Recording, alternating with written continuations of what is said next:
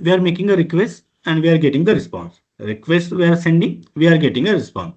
Here we are using a protocol that is a HTTP. Full form is Hypertext Transfer Protocol. We will see what is the meaning of hypertext. Okay, but currently for this time we are using HTTP as a protocol to send the request and we are getting the response, right?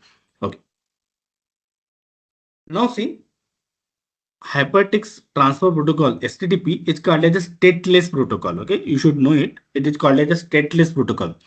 What is the meaning of stateless protocol? See, when we are accessing any website, our information is not saved. Every request is a new request. See, suppose here I have put google.com. Okay, so one request is sent and we are getting the response. Again, I have hit google.com. Request is sent, we are getting the response. Again, suppose I hit google.com. We are sending the request, we are getting the response. So every time we are sending the request, we are getting a response.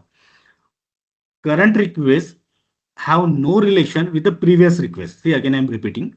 Current request doesn't have any relation with the previous request. All requests are independent, and that's why it is called as a stateless protocol. They are not keeping any information. Now see, you may ask, in some cases there can be a drawback, so that drawbacks are there, and how the drawbacks are overcome, that also we will see.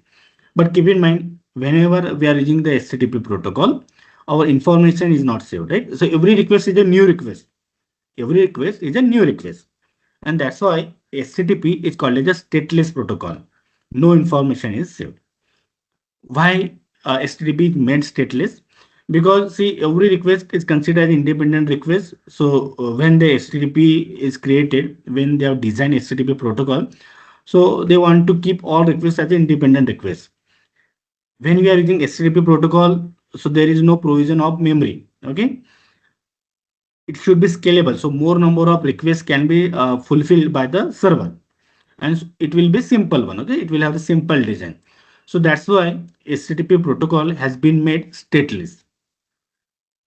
But there are some drawbacks of this. See, suppose we are using gmail.com and first time we are entering user ID and password, right? On gmail.com, once we have logged in, so there we have inbox, we have sent mail, we have outbox, many pages are there, right? Once we are logged in, there are many pages, right? We may click on send mail, we may click on outbox. Okay, likewise, we can click on any links. Still, we are on gmail.com only, right? So see, when we click on something, so every time we are not putting our credentials, right? So suppose if I click on inbox, so again I am not putting my credential, login and user ID and password I am not entering. Suppose I click on send mail, so again I will not enter my user ID and password. Suppose if I click on outbox, so again I will not enter my user ID and password, right? So once in the beginning we have entered our login credentials, once we have entered user ID and password, that is retained throughout this, right? Once we get logout, from login to logout, our information is saved. On every web page, we are not entering our login credentials, right? But see, already I have told HTTP is a stateless protocol. It is not saving any information.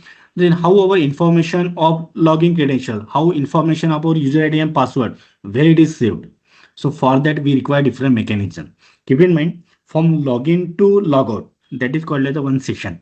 From login to logout, that is one session, right? And we have to save some information. And to save that information, we have the different mechanism. We have cookies, that is the information that is saved on client side. We use a session ID. Okay, so later on you will come to know session ID is used. There is also token ID. Okay, if you are using a JSON, so there is token ID. So these are the mechanisms to overcome limitations or drawbacks of statelessness of HTTP protocol.